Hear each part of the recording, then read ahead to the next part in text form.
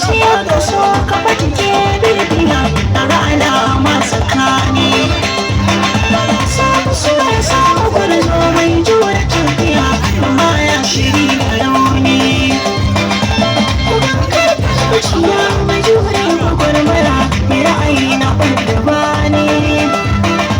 mai so hana kullum ina tambaya amma da an san ta amsar na cikin duniya.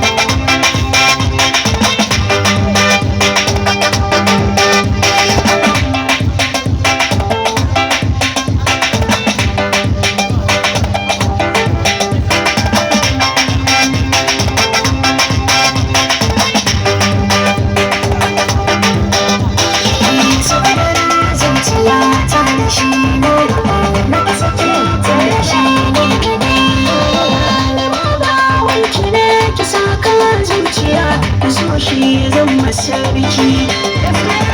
zan kira ki da biya ku kwance sarauniya a kauna na baki mulki ki tabara tsirariya ku kwance sarauniya na kiki zan mada da kulki kulani zan rasa kaina kan so kai zai zama babban sadaukar soyayya.